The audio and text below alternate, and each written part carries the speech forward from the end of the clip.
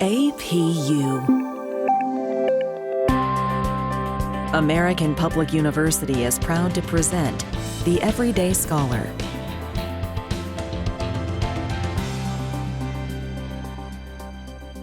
Hello, my name is Dr. Bjorn Mercer, and today we're talking with Dr. Jennifer Fisch-Ferguson, full-time faculty in the School of Arts, Humanities, and Education. And today our conversation is about the writing process. Welcome, Jennifer. Thanks, Bjorn. Happy to be back. Excellent. And so really just to jump in, I wanted to talk to you about your own writing process. You as a published author, many different novels, many different themes and topics and subjects in those novels. And so what writing themes make sense for you, and why even use themes? Themes are the easiest way for me to connect with certain concepts I want to pull forward. And by that, I mean, I tend to write a lot of fantasy and urban fantasy. And the reason that I stick with that realm mostly is because the backdrop of where they are comes into play. And a lot of people really don't necessarily think about towns as a tertiary character, but they really do make a difference in the story you're trying to tell. You can't tell the same story that's based in New York City that's based in like Flint, Michigan. The dynamics are far too different. So picking thematic units, whether it's going to be about the environment, whether it's going to be about the social norms of the people in a specific area, just help bring more flavor to those characters. So it's a little easier for me as a writer to make the setting and the story far more robust by working with those themes. And I love that you do urban fantasy. And so can you describe why you choose urban fantasy in the sense that Lord of the Rings, GOT, traditional, there's many different stories that are fantasy, but why choose urban fantasy for just yourself? Okay, so I'm going to give a little bit of an explanation. Within fantasy, there's not just an overarching. It's actually been refined through the past year. So Lord of the Rings is considered high fantasy. So you have elves and fairies and those types of creatures.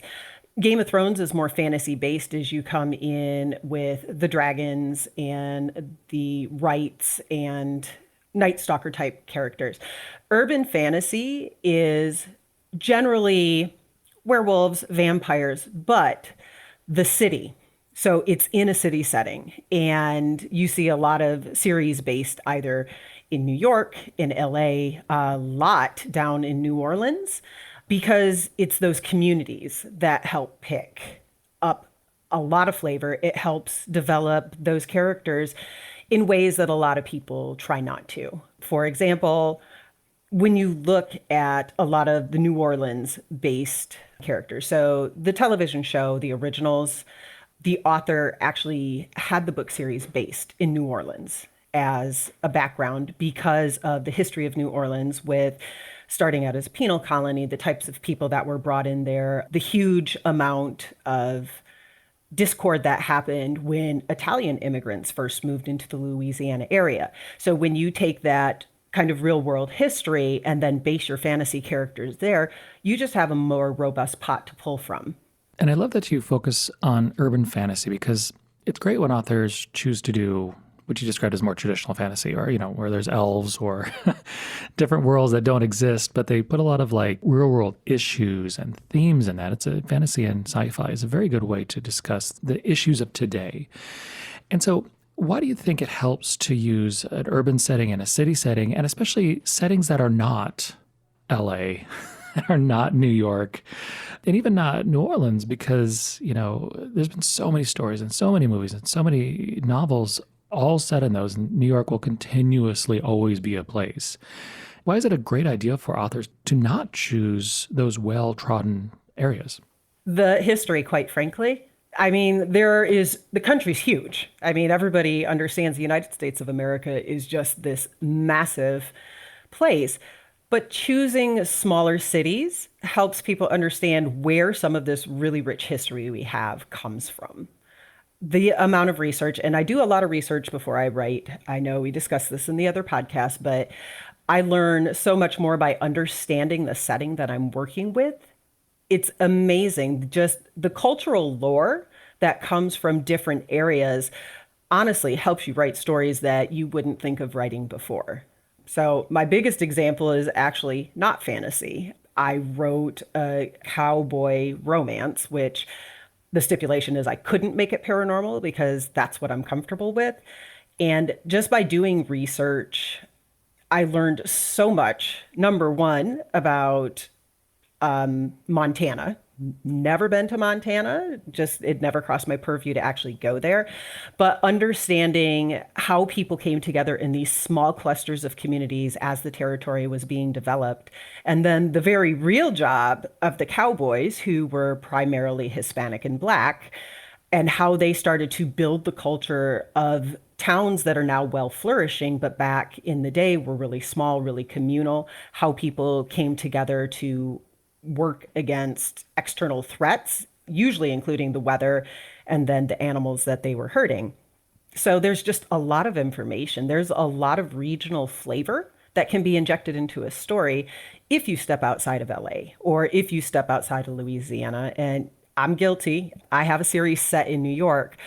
But where I tried to be different is the story setting is under Central Park.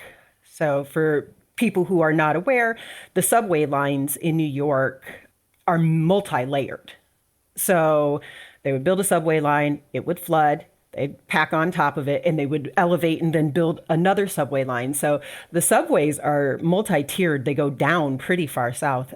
And the big thing lately has been having these rave parties in old subway stations that have been unearthed. Not quite sure that it's legal, and I haven't been to one, but I've seen some pretty amazing pictures.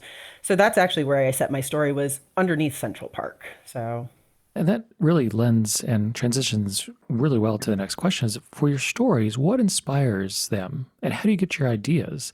You've already talked about a few stories, but when you are deciding to write a new story, do you sit there and let divine inspiration just hit you? Do you go out and research stuff and have ideas gestate from that? What's your process for trying to come up with new ideas? It is very multi-pronged. So sometimes I just have a real good idea for a story.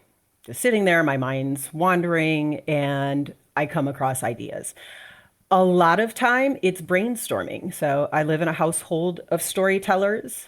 So my husband runs a D&D campaign with my kids, which I think is hilarious. I have not been invited, and I'm okay with that, not bitter. But they are magnificent storytellers. And both of my kids, from the time they were little, this is what they grew up with. So at any given time, they will pop in, hey, Mom, I have the story idea to run by you. And then sometimes I'm like, that's a great story idea. I think I'm going to use that one. They're like, okay. And they keep going. My husband and I brainstorm a lot.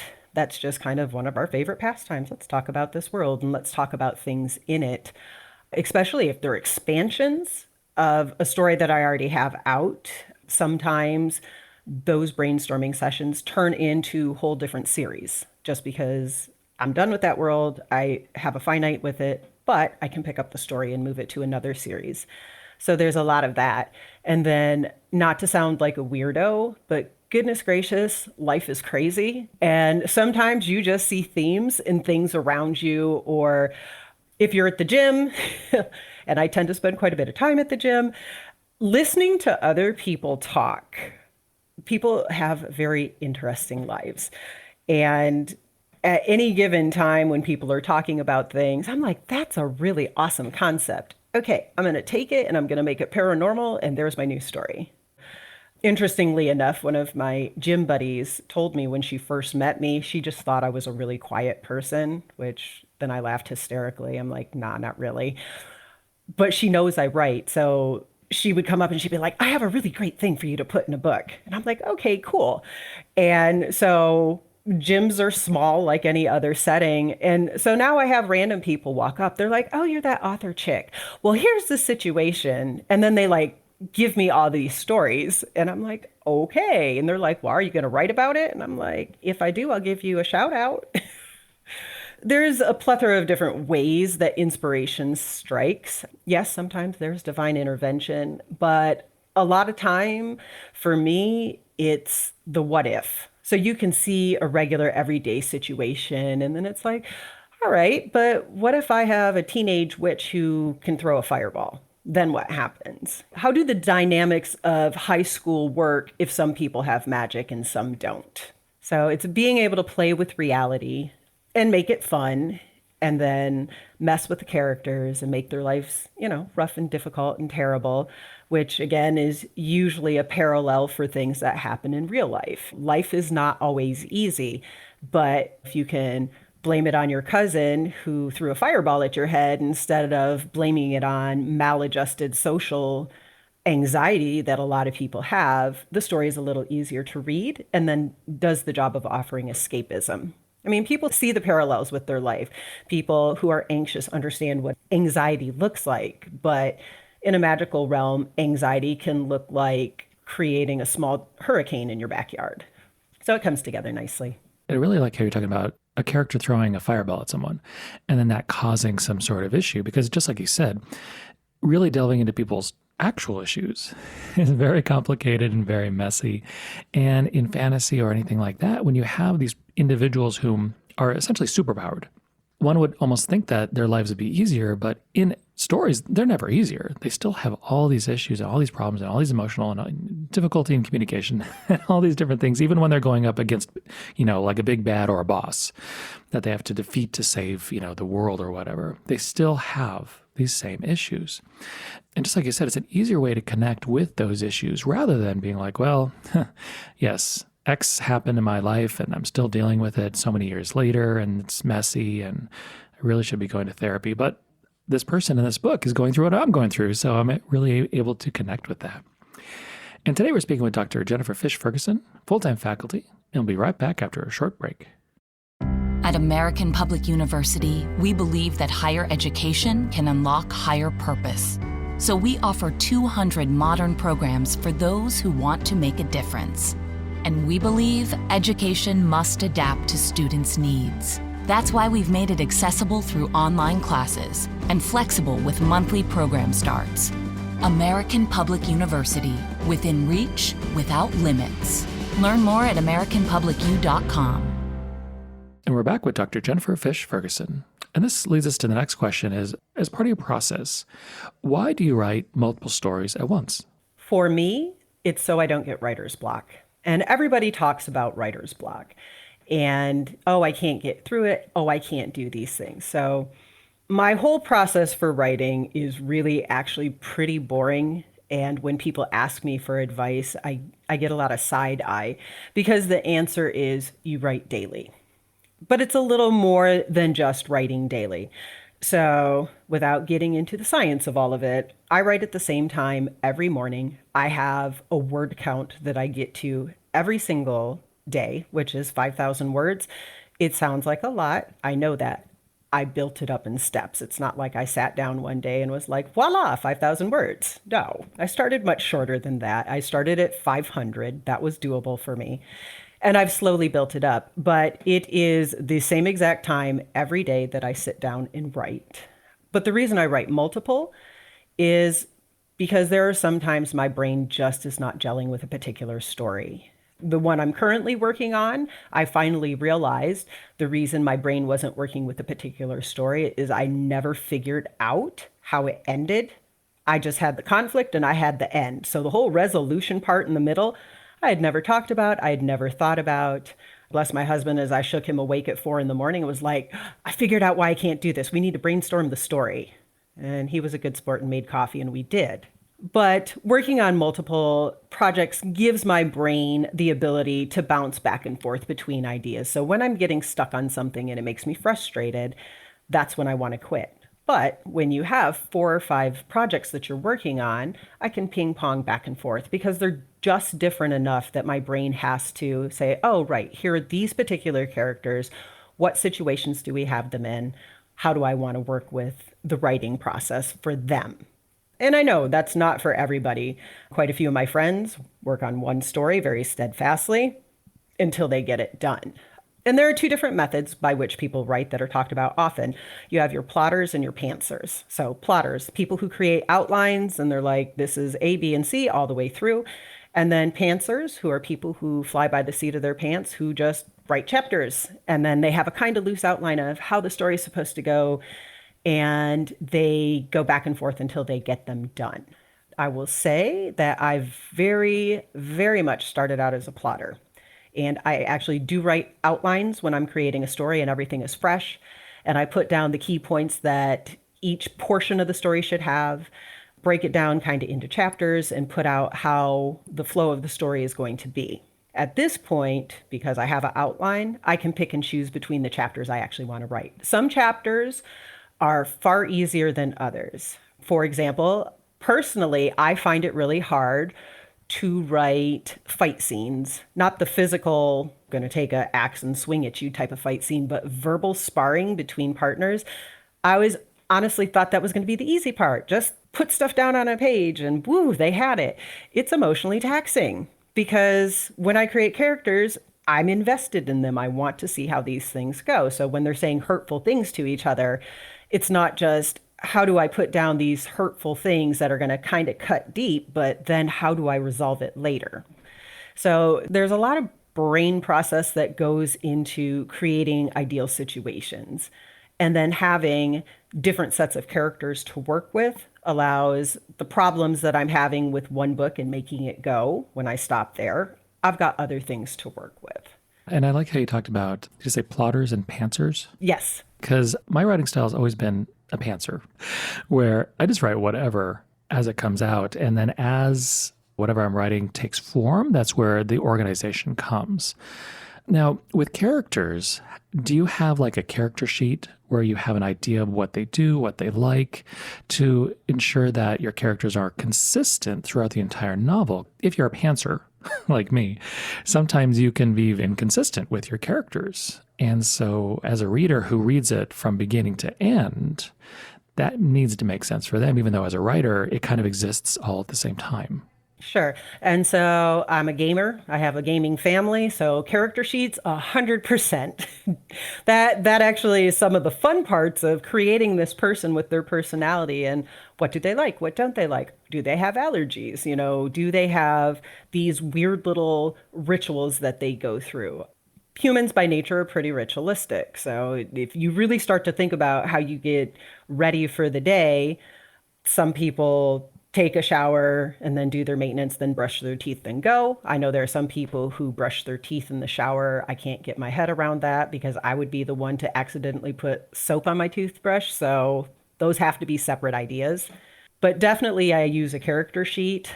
And when I write multi-series book, which I think I only have 2 standalone books, so most of my experiences, multiple books in a series, I keep an active spreadsheet of characters, interactions, whether or not they have like beefs against each other in weird little ways.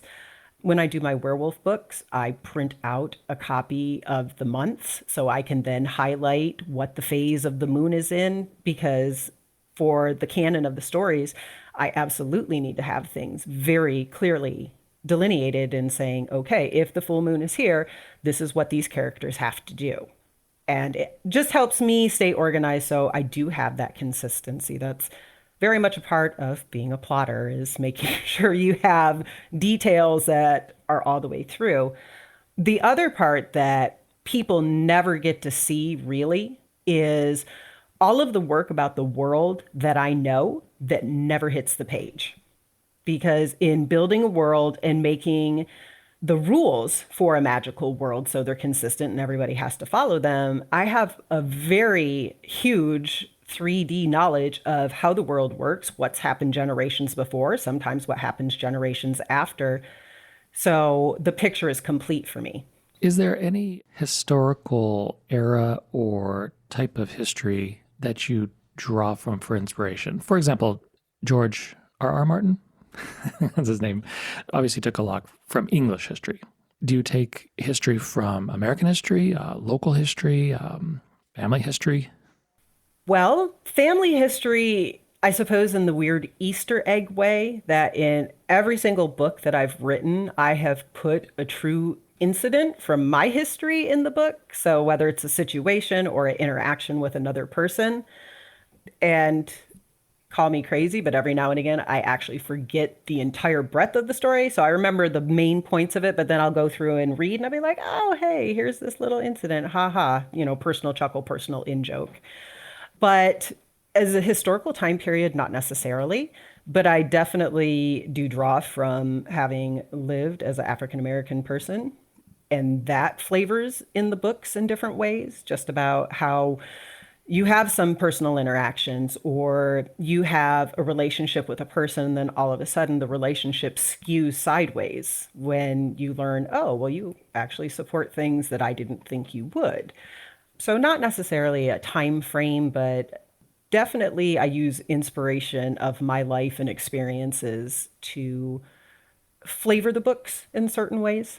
So one of the things we were talking about during the break is talking about existing stories. And we were talking about Firefly and Serenity and also Black Panther.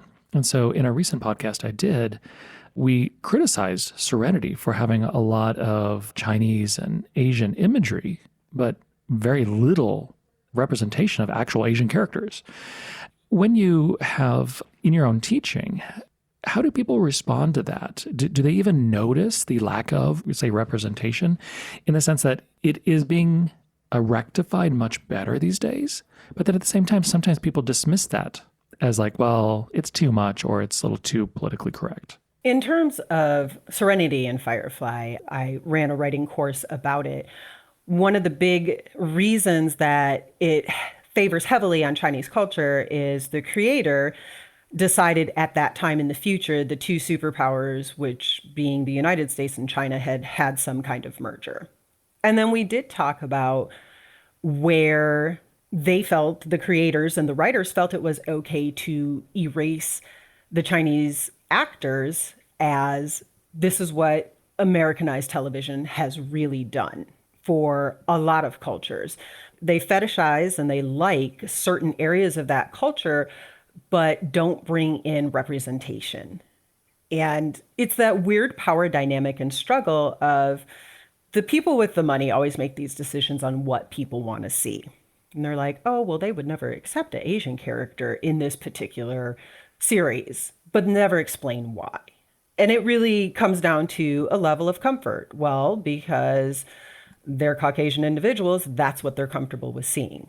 And sometimes when you bring the other in, it forces you to look at events through a different lens. And it's not always comfortable. Unfortunately, our country has a real terrible habit of pushing down events that may make them look terrible. And when you have to acknowledge other ethnicities in your series and say, oh, they actually did contribute quite a bit, or here are these things that they do that we love so much we adopted, you have to start seeing them as people with value, as people with traits that are to be admired, instead of just kind of taking the trait and saying, okay, well, now it's ours and we hold it, and so we can continue to be comfortable, and it's not going to lead to deeper conversations.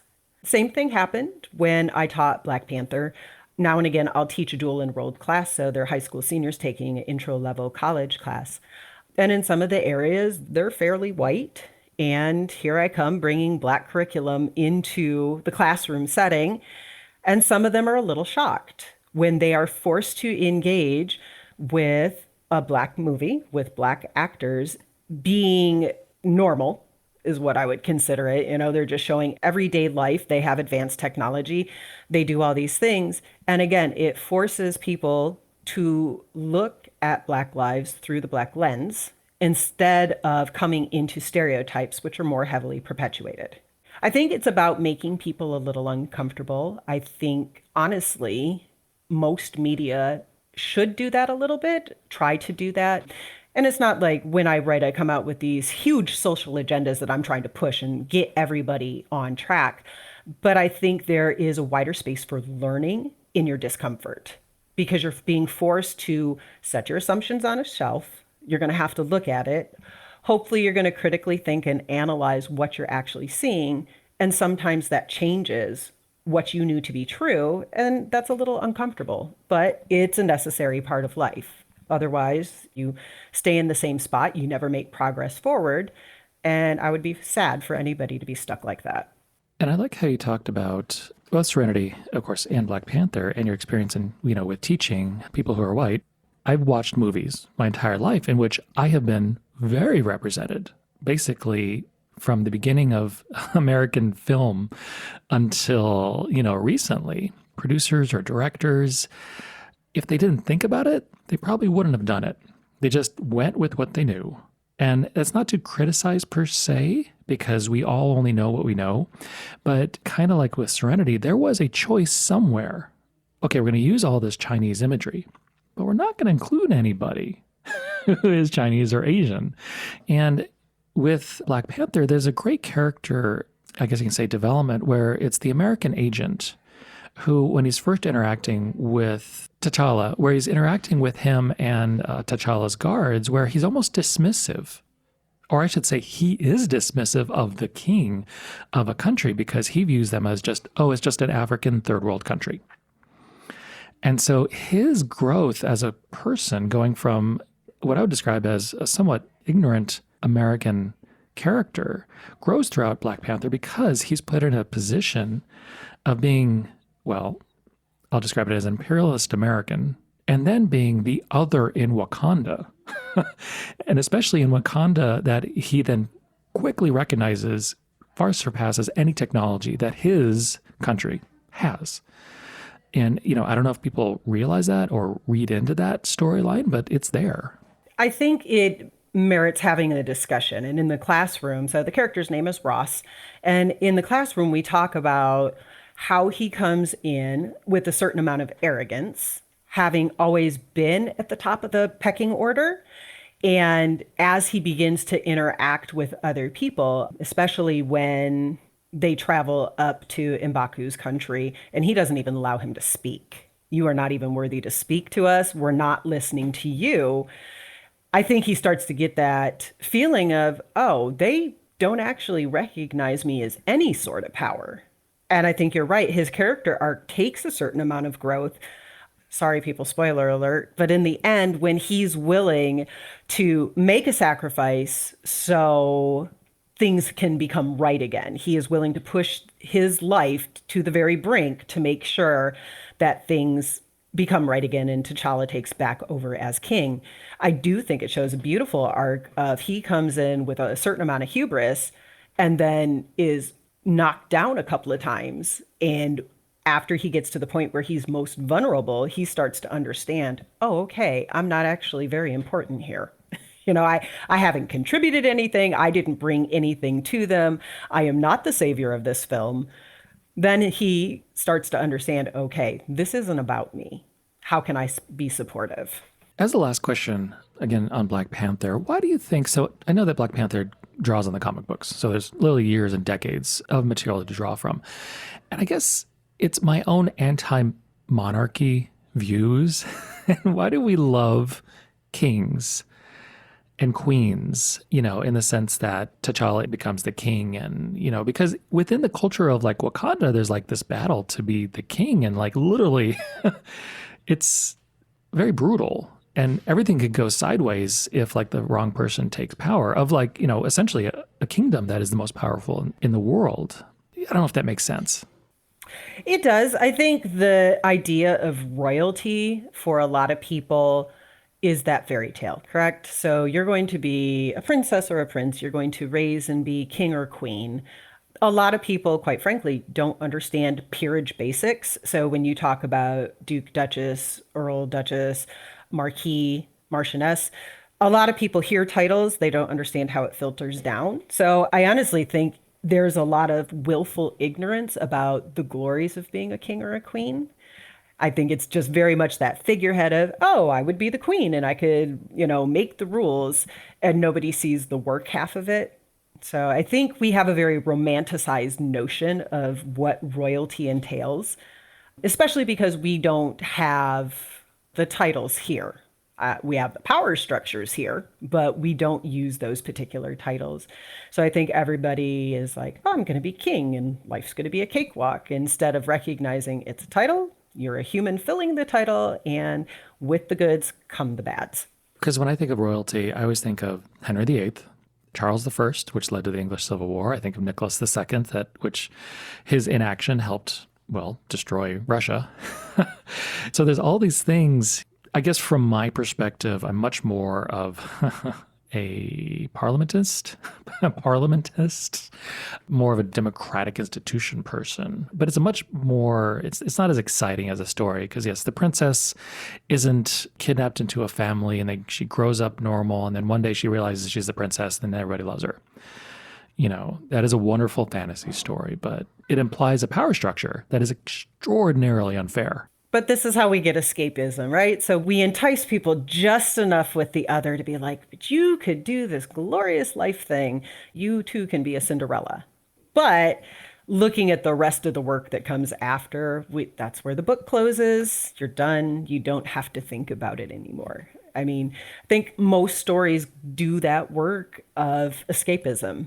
You're reading another situation, whether good or bad, and either you're like, yeah, I can relate to that and that would be great. Or you read a different type of story and you're like, well, thank goodness I'm not there. So you've got both sides of it. Excellent. An absolutely wonderful conversation. Any final words, Jennifer? For starting writers, again, don't give me the side eye, but the best way to write a novel is to write every single day at the same time and then find a decent online writing group to help you hone your skills. Excellent and absolutely wonderful advice. Wonderful conversation. And today we're speaking with Dr. Jennifer Fisch-Ferguson, full-time faculty in the School of Arts, Humanities, and Education. Of course, my name is Dr. Bjorn Mercer, and thank you for listening. For more information about our university, visit us at studyatapu.com. APU, American Public University.